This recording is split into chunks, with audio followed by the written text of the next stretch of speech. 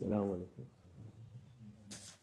أعوذ بالله من الشيطان الرجيم. بسم الله الرحمن الرحيم والصلاة والسلام على رسولنا محمد سيد الأولين والآخرين. مدد يا رسول مدد يا سادة أصحاب مدد يا رشيد دستور ولا شاء الله فاز دعسا شاء محمد على الحقان مدد طريقتنا الصحبة والخير في الجميع. Peygamber sallallahu aleyhi ve sellem buyuruyor ki Allah azze ve celle ve আমাদের নবী সাল্লাল্লাহু আলাইহি সাল্লাম বলেন, আল্লাহ আযজা ওয়া জাল্লা যখন কাউকে দিয়ে কোনো কাজ যা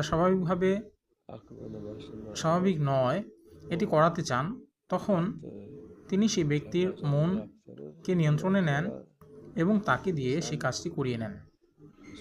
তখন সেই ব্যক্তি অবাক হয়ে ভাবে, আমি এই কাজটি কিভাবে করলাম, আমি এই ভুল কাজটি কিভাবে করলাম, আমার দ্বারা এটি কিভাবে সংঘটিত হলো। নিশ্চয়ই সব কিছু আল্লাহ আযজা ওয়া জাল্লার ইচ্ছাতেই ঘটে, কিন্তু আমাদের এই জীবনে এমন জিনিস রয়েছে যা স্বাভাবিকভাবে ঘটে, আবার এমন বিষয় রয়েছে যা স্বাভাবিকভাবে ঘটে না। যদি কোনো ব্যক্তি তার জীবনের পথে চলার সময় হঠাৎ এমন কিছু করে ফেলে যা মোটেও ভালো নয়, এমন কিছু যা তার কখনো মনে আসে না, তবে সেটি সে করে ফেলেছে, তবে এটি আল্লাহ আযজা ওয়া জাল্লারই একটি ইচ্ছার প্রকাশ। এটি সকলের জন্যই প্রযোজ্য।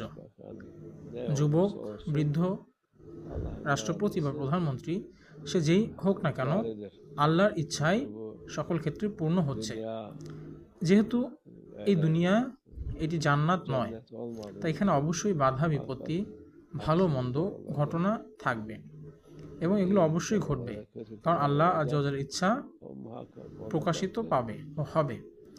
এবং আমাদের এই দিনগুলো বিচার দিবস, হাসরের দিনের দিকে আমাদেরকে এগিয়ে নিয়ে যাচ্ছে। আল্লাহ আযজা ওয়া জাল্লার যে নাম ও গুণাবলী আমরা পড়েছি, তার মধ্যে সর্বশ্রেষ্ঠটি আমরা পড়েছি আস-সাবুর, অর্থ পরম ধৈর্যশীল।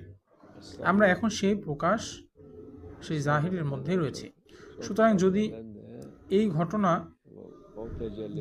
যা বর্তমানে ঘটছে প্রাচীন সম্প্রদায়গুলোর মধ্যে ঘটত, তাহলে আযজা ওয়া জাল্লা তাদের উপর শান্তি বর্ষণ করতেন এবং তাদের সবাইকে মাটির সাথে মিশিয়ে দিতেন।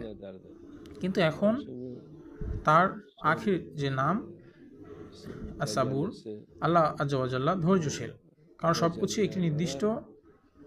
সবকিছুরই একটি নির্দিষ্ট সময় রয়েছে। সবকিছু আল্লাহ আযজা ওয়া জাল্লার ইচ্ছাতেই ঘটে। অতএব আল্লাহ আযজা ওয়া জাল্লা আমাদের সকলকে রক্ষা করুন।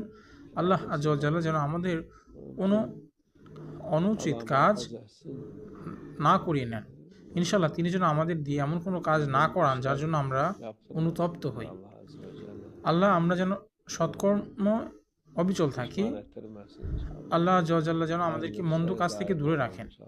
আল্লাহ আযজা ওয়া জাল্লা যেন তার ইচ্ছায় আমাদেরকে সত্যের পথে এবং নেক আমলের পথে অবিচল রাখেন, কারণ এই দুনিয়া এটি ক্ষণস্থায়ী এবং এর শেষ এটি এসে গিয়েছে।